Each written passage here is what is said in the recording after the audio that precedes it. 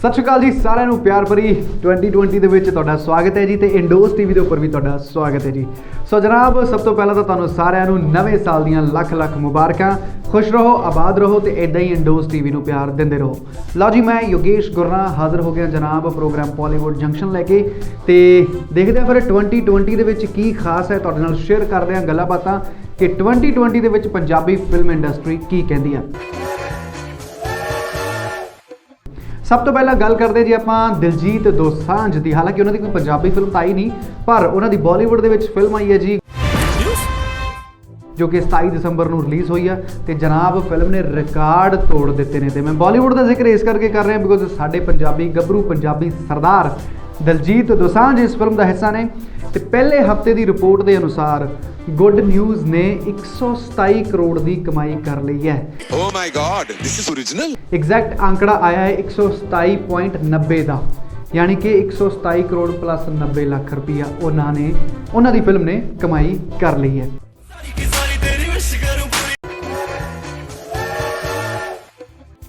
Bollywood junction के आप हुण गल करते हैं जी 2020 की पहली रिलीज़ हुई फिल्म की।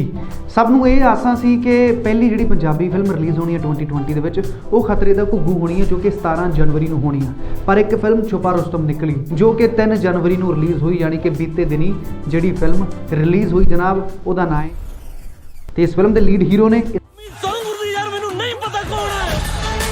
तो उस तो बाद मैं गल करा एज अ लीड किरदारां दे विचों नज़र आउण वाले ने जिन्हां नूं आपां हुण सिनेमे च देखांगे। मेरे विचकार आया ना मैं फूक के रख दूं, गोलियां मार मार के शान नहीं बढ़ा देंगे तेरी। सो जान तो प्यारा फिल्म काफ़ी देर तो बनी हुई है पर रिलीज़ की डेट का इंतज़ार कर रही सी ते फिल्म आखिरकार काफ़ी देर डब्बा बंद रहने तो बाद फाइनली 3 जनवरी को, यानी कि पहला जिन्हें मार्का मार लिया है कि पहली फिल्म बन गई है 2020 की पंजाबी फिल्म इंडस्ट्री के रिलीज़ होने वाली। इस तो बाद अगला नंबर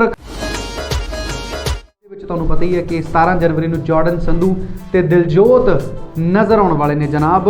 तो वो हुण देखते हैं 17 जनवरी को उस फिल्म की काफ़ी ज़्यादा हाइप बनी हुई है, बहुत ज़्यादा उस फिल्म को प्रमोट किया जा रहा है। पर पहली फिल्म मैनू भी लगता सी कि खतरे का घुग्गू ही होनी सी 2020 की।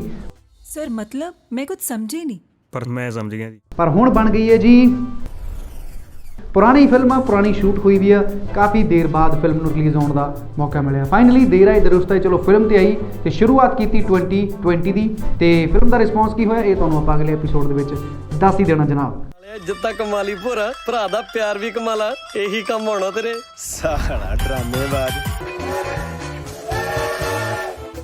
सो बॉलीवुड जंक्शन के जिदा कि मैं तुहानूं पहला दस्सिया जी कि 2020 तो अजे चढ़े ही है जनाब, पर 2021 दियां यानी कि 1 साल एडवांस डेटा फिल्मां दियां बुक हो चुकियां ने।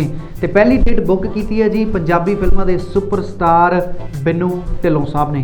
तो 21 फरवरी 2021 उन्होंने ऑलरेडी बुक कर ली है। फिल्म का नाम है रौनक मेला। Smeep Kang production in association with Om ji star studios के नाल मिल के ये फिल्म आएगी जी 2021 के 21 फरवरी नूं। तो जनाब मतलब बिनू ढिल्लों हुण ज़्यादातर कॉमेडी फिल्मां करते हैं तो कॉमेडी फिल्मां लई जाने जाते हैं तो फिल्म नूं डायरैक्ट भी समीप कंग करनगे। ज़्यादातर फिल्मां जो बिनू ढिल्लों कर रहे हैं तो जो फिल्म च कॉमेडी टच है तो ऑबवियसली फिर समीप कंग उस फिल्म के ज़्यादातर डायरैक्टर होंदे ने।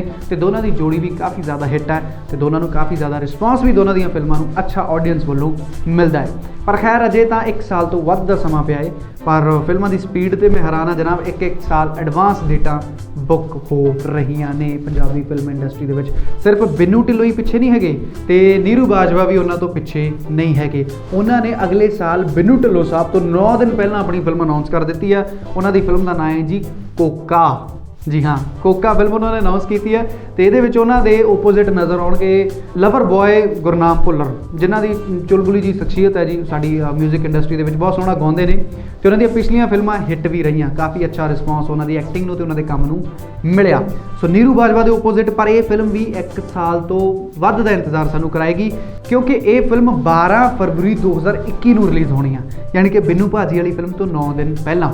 1 साल इन्होंने भी एडवांस डेट बुक कर दी है। तो Neeru Bajwa entertainment in association with Om ji star studios मिल के इस फिल्म को लैके आ रहे हैं। हुण देखते हैं जी ये कोका कितना मटकदा है पर अजे तो बहुत टाइम पिया जनाब।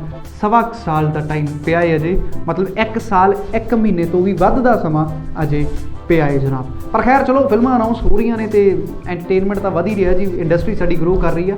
ਪਰ ਇਹਨਾਂ ਦੋ ਧੁਰੰਦਰਾਂ ਨੇ ਕਮਾਲ ਕੀਤੀ ਹੈ, ਦੋਵੇਂ ਵੱਡੇ ਸਟਾਰ ਨੇ ਤੇ ਇੱਕ ਸਾਲ ਐਡਵਾਂਸ ਦੀਆਂ ਡੇਟਾਂ ਆਲਰੇਡੀ ਇਹਨਾਂ ਨੇ ਬੁੱਕ ਕਰ ਦਿੱਤੀਆਂ ਨੇ। ਫਿਲਮਾਂ ਦਾ ਕੀ ਹੋਊਗਾ ਉਹ ਤਾਂ ਹੁਣ ਆਈਆਂ ਦੇ ਪਤਾ ਲੱਗੂਗਾ, ਪਰ ਜਿਸ ਹਿਸਾਬ ਨਾਲ ਡੇਟਾਂ ਅਨਾਉਂਸ ਹੋ ਰਹੀਆਂ ਨੇ ਅਸੀਂ ਤਾਂ ਇਹ ਕਹਿ ਸਕਦੇ ਹਾਂ ਕਿ ਮਾਸ਼ਾਅੱਲਾ ਰੱਬ ਖੈਰ ਕਰੇ।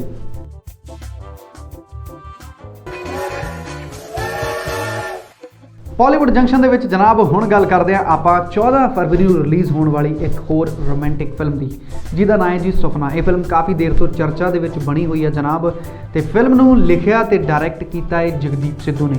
ਤੇ ਜਗਦੀਪ ਸਿੱਧੂ ਤੁਹਾਨੂੰ ਪਤਾ ਕਿ ਰੋਮਾਂਟਿਕ ਫਿਲਮਾਂ ਦੇ ਲਈ ਜਾਣੇ ਜਾਂਦੇ ਨੇ, ਜਾਂ ਕਾਮੇਡੀ ਵੀ ਲਿਖੀਆਂ ਨੇ ਉਹਨਾਂ ਨੇ। ਉਹਨਾਂ ਦੀਆਂ ਲਿਖੀਆਂ ਫਿਲਮਾਂ 2019 ਦੇ ਵਿੱਚ ਕਾਫੀ ਹਿੱਟ ਹੋਈਆਂ, ਉਹਨਾਂ ਦੀਆਂ ਡਾਇਰੈਕਟ ਕੀਤੀਆਂ ਫਿਲਮਾਂ ਹਿੱਟ ਹੋਈਆਂ, ਜਿੱਦਾਂ ਕਿ ਉਹਨਾਂ ਦੀਆਂ ਜਿਹੜੀਆਂ ਦੋ ਵੱਡੀਆਂ ਹਿੱਟ ਫਿਲਮਾਂ ਜਿਹੜੀਆਂ ਕਿ ਮੈਨੂੰ ਵੀ ਬਹੁਤ ਪਸੰਦ ਨੇ, ਕਿਸਮਤ ਤੇ ਜਨਾਬ ਛੜਾ।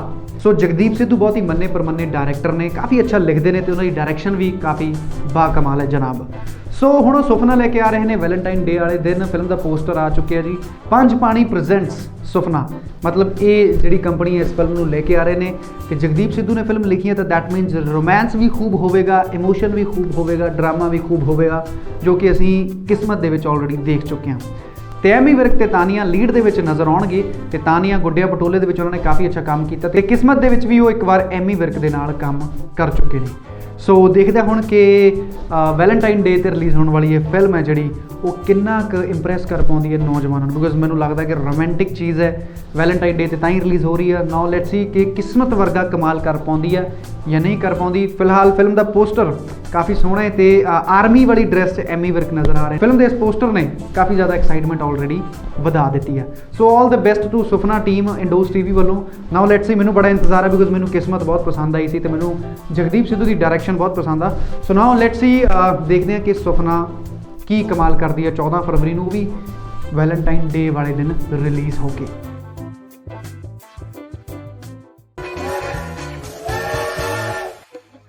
ਬਾਲੀਵੁੱਡ ਜੰਕਸ਼ਨ ਦੇ ਵਿੱਚ ਆਪਾਂ ਹੁਣ ਗੱਲ ਕਰਦੇ ਹਾਂ ਜੀ ਉਸ ਲੇਟੈਸਟ ਟਰੈਕ ਦੀ ਜਿਹੜਾ ਕਿ ਹੁਣੇ ਆਇਆ ਹੈ, ਮਤਲਬ ਬੀਤੇ ਦਿਨੀ ਉਹ ਟਰੈਕ ਆਇਆ ਹੈ ਤੇ ਆਉਣ ਸਾਰੀ ਜਨਾਬ ਬਹੁਤ ਵੱਡਾ ਹਿੱਟ ਹੋ ਗਿਆ। ਤੇ ਰਾਜਵੀਰ ਜਵੰਦੇ ਨੇ ਇਸ ਗਾਣੇ ਨੂੰ ਗਾਇਆ ਹੈ ਤੇ ਜਸ ਰਿਕਾਰਡ ਤੋਂ ਇਹ ਗਾਣਾ ਆਇਆ ਹੈ। ਤੇ ਰਾਜਵੀਰ ਜਵੰਦਾ ਤੇ ਜਸ ਰਿਕਾਰਡ ਦਾ ਰਿਸ਼ਤਾ ਬਹੁਤ ਪੁਰਾਣਾ ਹੈ ਬਿਕੋਜ਼ ਦੋਨਾਂ ਨੇ ਇੱਕ ਦੂਜੇ ਨੂੰ ਹਿੱਟ ਕੀਤਾ ਹੈ। ਤੇ ਗਾਣੇ ਦਾ ਨਾਮ ਹੈ ਕੁੜੀਏ ਬੁਟੀਕ ਵਾਲੀਏ, ਮੇਰਾ ਦਿਲ ਵੀ ਸਟੱਚ ਕਰ ਦੇ। ਸੋ ਅੱਜ ਕੱਲ੍ਹ ਬੁਟੀਕ ਵੀ ਬਹੁਤ ਚੱਲ ਰਹੀਆਂ ਨੇ। ਸੋ ਰਾਜਵੀਰ ਜਵੰਦੇ ਦਾ ਕੋਈ ਦਿਲ ਫਿਰ ਬੁਟੀਕ ਵਾਲੀ ਤੇ ਸ਼ਾਇਦ ਆ ਗਿਆ ਜਾਂ ਨਹੀਂ ਆਇਆ, ਇਹ ਤਾਂ ਹੁਣ ਉਹੀ ਜਾਣਦੇ ਨੇ। ਪਰ ਗਾਣੇ ਦੇ ਵਿੱਚ ਜਿਸ ਤਰ੍ਹਾਂ ਉਹਨਾਂ ਨੇ ਮਤਲਬ ਸ਼ਬਦਾਂ ਨੂੰ ਪਿਰੋਇਆ ਹੈ ਤੇ ਗਾਣਾ ਗਾਇਆ, ਬਾ ਕਮਾਲ ਹੈ ਜੀ। ਕਿੱਥੇ ਰੱਬ ਮਿਹਰਬਾਨ ਹੋ ਗਿਆ, ਮੂਰੇ ਖੜਾ ਕੱਚ ਦਾ ਸਮਾਨ ਹੋ ਗਿਆ, ਮਸਾ ਮਸਾ ਕੱਲੀ ਟੱਕਰੀ ਨੀ ਤੇਰੀ ਦੇਖ ਕਿੰਨੀ ਖਿੱਚ ਕਰਦੇ। ਤੇ ਗਾਣਾ ਆਲਰੇਡੀ 1 ਮਿਲੀਅਨ ਕ੍ਰਾਸ ਕਰ ਚੁੱਕਿਆ ਏ ਤੇ ਗਾਣਾ ਵੱਜ ਰਿਹਾ ਜੀ ਮੇਰੀ ਗੱਡੀ ਦੇ ਵਿੱਚ। ਉਮੀਦ ਹੈ ਤੁਸੀਂ ਵੀ ਵਜਾਇਓ ਤੇ ਗਾਣਾ ਬਹੁਤ ਸੋਹਣਾ ਹੈ ਜੀ। ਤੇ ਮੈਂ ਤੁਹਾਨੂੰ ਰਿਕਮੈਂਡ ਕਰੂੰਗਾ ਕਿ ਤੁਸੀਂ ਵੀ ਇਸ ਗਾਣੇ ਨੂੰ ਜ਼ਰੂਰ ਸੁਣਿਓ ਤੇ ਇੰਜੋਏ ਕਰਿਓ। ਸੋ ਇਹ ਸੀ ਜਨਾਬ ਕੁਝ ਖਾਸ ਅਪਡੇਟਸ ਬਾਲੀਵੁੱਡ ਜੰਕਸ਼ਨ ਦੇ ਵਿੱਚ ਇੰਡੋਜ਼ ਟੀਵੀ ਦੇ ਇੰਡਸਟਰੀ ਦੇ ਵਿੱਚ ਕੀ ਖਾਸ ਚੱਲ ਰਿਹਾ, ਕੀ ਖਾਸ ਹੋਣ ਵਾਲਾ, ਇਹ ਗੱਲਾਂ ਆਪਾਂ ਤੁਹਾਡੇ ਨਾਲ ਸ਼ੇਅਰ ਕੀਤੀਆਂ। ਅਗਲੇ ਐਪੀਸੋਡ ਦੇ ਵਿੱਚ ਫਿਰ ਆਪਾਂ ਆਵਾਂਗੇ ਕੁਝ ਹੋਰ ਅਪਡੇਟਸ ਦੇ ਨਾਲ ਕਿ ਕੀ ਹੋ ਰਿਹਾ ਹੈ ਪੰਜਾਬ ਦੀ ਫਿਲਮ ਤੇ ਮਿਊਜ਼ਿਕ ਇੰਡਸਟਰੀ ਦੇ ਵਿੱਚ ਤੁਹਾਨੂੰ ਦੱਸਣ ਦੇ ਲਈ। ਸੋ ਜਨਾਬ ਤੁਸੀਂ ਜੁੜੇ ਰਹਿਣਾ ਇੰਡੋਜ਼ ਟੀਵੀ ਦੇ ਨਾਲ। ਜਾਂਦੇ ਜਾਂਦੇ ਨਵੇਂ ਸਾਲ ਦੀ ਇੱਕ ਵਾਰ ਫਿਰ ਤੋਂ ਮੁਬਾਰਕਾਂ। ਜਿਉਂਦੇ ਰਹੋ, ਹੱਸਦੇ ਰਹੋ, ਵਸਦੇ ਰਹੋ ਤੇ ਦੇਖਦੇ ਰਹੋ ਇੰਡੋਜ਼ ਟੀਵੀ ਆਸਟ੍ਰੇਲੀਆ। ਪਿਆਰ ਭਰਿਆ ਸਾਰਿਆਂ ਨੂੰ ਸਲਾਮ, ਸਤਿ ਸ਼੍ਰੀ ਅਕਾਲ।